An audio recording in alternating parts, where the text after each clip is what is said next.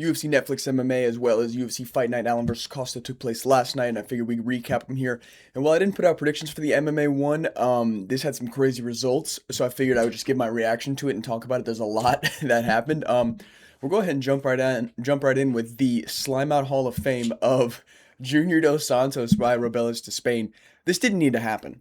This shouldn't have happened. How did the commission allow an 80-year-old Junior Dos Santos back in the cage? I am completely against elder abuse. This is worse than what Ben Stiller did to Adam Sandler's grandma and Happy Gilmore, dude. He put him to sleep. He didn't threaten him. He just did it. I don't know where Junior Dos Santos' family is. I don't know where his legal advisors are. I don't know where his doctor is, because nobody should have let him in the cage here at this age and in this condition. And Robelis to Spain gets it done in round one with one of the nastiest combo KOs I have ever seen. Granted, he's actually really bad. We saw him in the UFC. The guy can't stuff a takedown to save his life despite being a Cuban lab-grown phenom. But great win for him. Junior Dos Santos, Slime Out Hall of Fame, will remember you. We move on to, actually, we'll just go to the main event. Fuck it. Ronda Rousey versus Gina Carano. This wasted everybody's time. Ronda Rousey comes out, looks like a little angry boy. Carano just looks like she's happy to be there. But Rousey comes out, pile drives her down to the canvas. I think she passes guard, and then as Carano goes to turn, Ronda jumps her signature armbar and gets the tap in 15 seconds. This was such a waste of our time. And now I got old heads that I follow that I'm like cool with in real life, but they're posting like she's back, and I'm like, dude. At my job, they were like, dude, these girls are bad fighters, and I was like, dude, the last time we saw Carano actually doing MMA, I was just around being liquid, essentially. That was my form, right? And I'm a grown man now. Um, so we knew this was gonna happen. This was a pointless matchup. It was kind of just a layup to Rousey. The post-fight speech was unbearable to listen to. I'm already seeing memes about it. But great win for Ronda Rousey. I mean, if you didn't see this coming, if any dumbass that takes an underdog just because they think it's free money picked Carano, you deserve to have your money stolen. But the real highlight of the night was Mike Perry versus Nate Diaz. Signature Nate Diaz get his ass whooped, but he's still tough as nails. If you knew this fight, okay, so here's the thing. I didn't put up my predictions, but my predictions were, I didn't predict anything for JDS to Spain, but I predicted Rousey, Perry, and Ngannou. Like, why wouldn't you? You know, I'm not going to claim any win there because I didn't put predictions out, but that's who I thought would win going into this.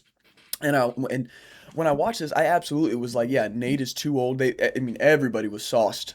Everybody was sauced on the weigh-ins, dude. Everybody looked 10 times better. Name one time you seen Perry look this plump in the UFC octagon. You just didn't.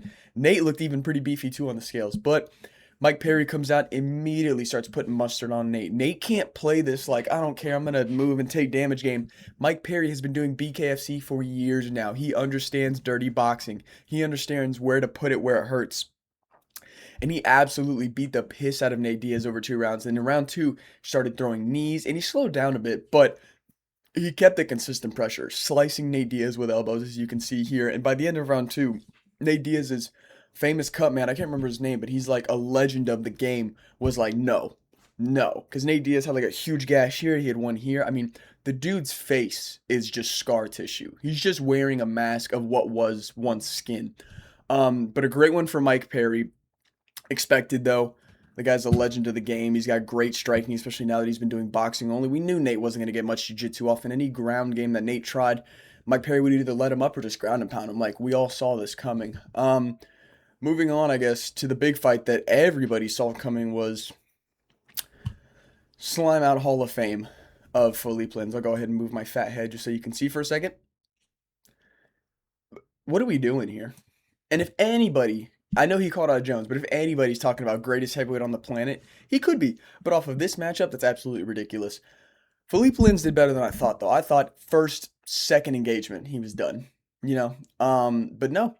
He managed to survive, circle, tries to throw back. Nothing really happens there. But eventually Francis hits him on the chin, I think with a combo.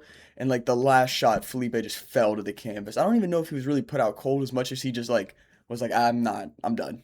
Like, he had taken so much damage.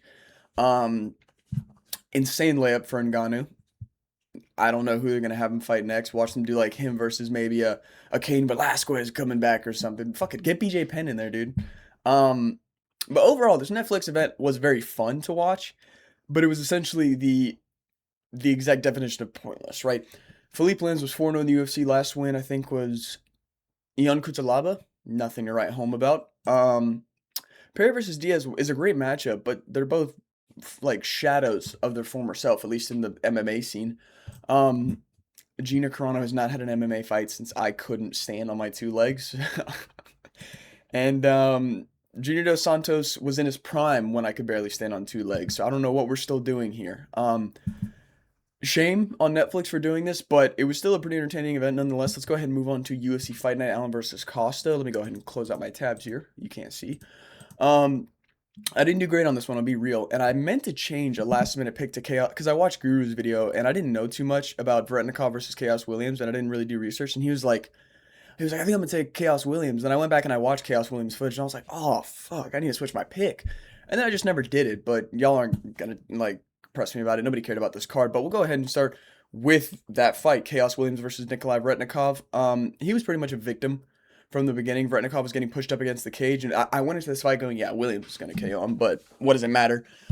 He put up some offense, but literally nothing of value. He was just scared against the cage, circling out to save his life, and Chaos Williams kept putting it on him 1, 2, and props to Vretnikov for having a chin and not going down, but Williams just kept landing overhand rights that looked so disgusting, and I think the ref stepped in on this one. But a great one for Chaos Williams. Yeah, after I did my research, and I was like, dude, this guy's... Nah. I should have taken that. I should have not cared about the Nico Price. I thought, yeah, you can slime Nico Price, but like he made it look impressive, he had hands. But no. Chaos Williams made it look absolutely easy. Great win for him. We move on. I got this one right. I almost picked an underdog here, but Timmy Kwamba versus Bernardo Sapai. This was a good scrap, man. I mean, obviously it was pretty much one-way traffic, but Timmy Kwamba put up some offense in round 1. Which is funny because Timmy Kwamba is the wrestler, but Bernardo Sapai made him play that game himself, and he ground and pounded and dominated him until he gave up the sub halfway through round 2. Absolutely amazing performance by Bernardo Sapai.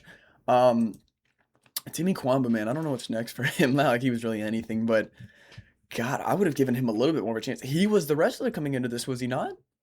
Like, he was the guy who was an underdog, but had way more grappling prowess, at least on paper and stat-wise, than Bernardo Sapai. But Bernardo gets it done, man. We go 1-1. Shout out the Albanians. We move on to Bukauskas versus Christian Edwards. So I got this one right. This was very close. I think it was the right decision. Christian Edwards was a guy coming in on short notice. I think he was 8-5. He might be 8-6 now. Or he might have been, I think he was 8-4 coming into this.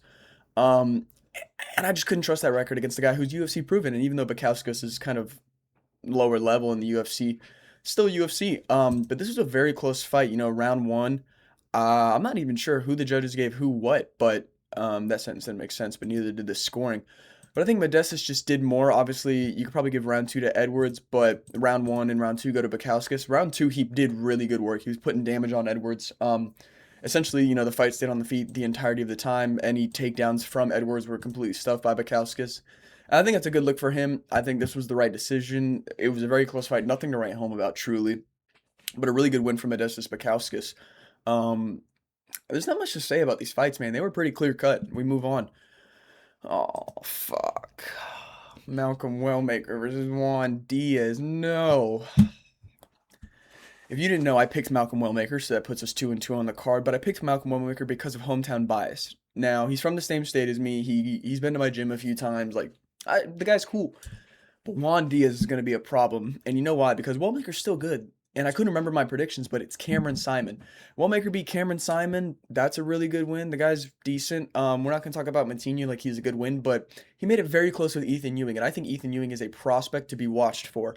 And Juan Diaz comes in on his debut and spoils Malcolm Wellmaker. Now, he did have the illegal knee, but it kind of like... Sorry if that just blew out your ears. I swiped my USB cable connected to my mic, trying to go for something. But he did land an illegal knee, right here, the collarbone. But Malcolm Wellmaker was okay. Props to him for staying in there. I don't even think he would have gotten a DQ because it didn't really land on his chin or the side of his head. But round 1, Juan Diaz was low-key styling on Wellmaker. He was way too fast on the feet, really aggressive, got takedowns, put Malcolm Wellmaker in a lot of submission danger, even went for an attempt in round 1. But round 2, pretty much the same thing. Good striking on the feet. And if it stayed on the feet, I think Wellmaker would have had a chance. But Wellmaker's just too reactive. He's not active. Juan Diaz was being very active and kind of jolting in and out and forcing, they were parrying, he's forcing movements. And I understand Wellmaker's a good striker and he does find openings, but Juan Diaz wasn't going to let him find that opening. And anytime he was looking for that, he shot in a beautiful takedown and got him down. It was absolutely nasty control time by Juan Diaz. Eventually was able to get to the back of Malcolm Wellmaker and find the rear naked choke submission. Absolutely insane performance by Juan Diaz. This was his debut against Malcolm Wellmaker. These are now two, and I don't know. We don't know. Like, I still think Wellmaker's a very good opponent, but that's now two guys that have beat Wellmaker that could very much be something in the bantamweight division. You have Ethan Ewing and Juan Diaz. So obviously Ethan Ewing's got a fight coming up against the Basharat. I don't remember which one it is. I know one of them got cut. That's a really entertaining fight, but I'm curious to see Juan Diaz's next fight because I really think he could be something if he made Wellmaker look that easy. And I don't want to say Wellmaker's bad, man. I think he's very good. He got the KO in Atlanta, so props to him. Great win for Juan Diaz, man. Tough for Wellmaker. Really tough. We need to see him come back and get a dub. I just really hope Juan Diaz is something, because if he goes on to be kind of a middle of the road guy, then you kind of have to rethink Wellmaker. But we'll see how Ethan Ewing's career plays out. It'll all work out. But props to Diaz, and come on, Wellmaker. We'll get the next one. We move on to the co-main. Now, I was almost right on this one. But Doo Ho Choi comes back in round 2 and gets the filthy body shot KO. So round 1, I wasn't able to watch too much of this fight. I was at a kickback with my boys, and we were cooking. I was in charge, But I was catching glimpses. Daniel Santos was putting a beating on Doo Ho Choi. I understand the strikes don't really say that, but he was landing big time. Head, body, just nasty. But Doo Ho Choi refused to go away, and dude, he's just so durable. Round 2. Full steam ahead. I think maybe Santos went a little bit too hard in round 1. So round 2, Doo Ho Choi was able to come back, really put that pepper on him. Anything that Santos tried to get to the ground with failed. And Doo Ho Choi finds a nasty, I think it was like a left hook to the liver, sinks Santos to the canvas. Great, win by Doo Ho Choi. He was able to face adversity there. I kind of wanted to pick him because I was like, dude, he was a nasty striker, but Nate Landwehr, I think he beat. It's like, how much can you rate a 2025, 2026 Nate Landwehr win? He's not prime Nate the Train, but Daniel Santos had a very good round 1. I was feeling confident, but he very much blew his load, as they inappropriately say in the fighter world, where you kind of just you redline yourself in round 1, and you blow all of the cardio that you had for the fight, and then you don't really recover that too well. And Doo Ho Choi was able to stay composed during those pressured moments. Knock it chin, knock it, absolutely dominated. I don't even think he got taken down in this fight. Yeah, he stuffed all the takedowns. So great defense by Doo Ho Choi. I was kind of worried about his inconsistency with being in the cage. Obviously, it's not his fault, but I was worried about that and how that would play into this matchup. But he proves me wrong. Great win for Doo Ho Choi. Daniel Santos, man, you gotta work on your energy consumption. But great win for Doo Ho Choi. Move on to the main event. This is all that matters, man. This is what it's all about. Arnold Allen versus Melquizael Costa. This was a beautiful display of domination. Strikes, obviously Melky kept it close, but pretty much every round, Allen was looking for a takedown. Round 2 he didn't, round 3 he didn't, but round 4, round 5, yeah. And round 1, majority of the fight, Allen was trying to keep it on the feet and he was winning, but anytime Costa gave him an opening, Allen went for the takedown. And I think that's absolutely amazing by Arnold Allen. I didn't predict him to be so wrestling heavy in this, but then again, Costa is a very good striker. I want to say they did like a 50-45 here, because let's go round by round. So obviously you have pretty even strikes, but the takedowns. Pretty even strikes. Did they give Costa that run? Or I do think Allen was landing the harder shots, because I saw Costa at the end of the fight had a pretty bloody, kind of position with his face. Round 2 or round 3, Arnold Allen continues to land more, even the better ones. Round 4 does the same thing as well as takedowns. Dude, he was just putting pressure on Costa. And 4 takedowns and 40-17. I understand significant, it's 11-11. But 40-17, that's like ground and pound. Like, absolutely insane work by Allen. He's got a fire lit under his ass, and I hope we see him back in there sooner or later. I don't remember who he called out. DC was too busy chomping the mic off for me to hear. But I don't know who we should make Arnold Allen fight next. The guy had a very close fight with Movzar, but Movzar's, doing that. The Silva fans were being annoying, spamming his gift in the comment section like Allen's not one of the nicest guys, and that wasn't a close fight. It's pathetic. But I'm going to go ahead and wrap up the video here. I just want to make a quick recap. There wasn't too much to break down on these fights. They were pretty clear-cut. Great win for Arnold Allen. It's tough for Melquizael. I really liked him. He looked really good off of that Dan Ige KO. But Arnold Allen, man, I told y'all. he's not the best, but he's right there with him. Made it very close with Holloway despite decisively losing. Made it very close with Movzar. He made it close with Gene Silva, and those are guys that typically don't ever have close fights. It's kill or be killed. Um, well, not for Movzar, Jesus. But great one for Arnold Allen. I'm gonna go ahead and wrap up the video here. Let me know what y'all thought of both of these cards. I really liked how they kind of spaced them out. Like, I really hate how boxing and these big promotions outside of the UFC will take like, and even the UFC will do it if things happen, but we'll take these 30-minute chunks of time between fights. But when Netflix was doing that between every fight, that kind of allowed us to go from Netflix fight to jump into the UFC fight, right? Now I wasn't able to watch all of that because I was busy with other things, but I've heard that consensus, and I'm kind of thankful that's how it went. But I think both organizations put on pretty good events tonight. Fights were a bit questionable in terms of their matchmaking, but yeah, it was pretty entertaining. So, see ya.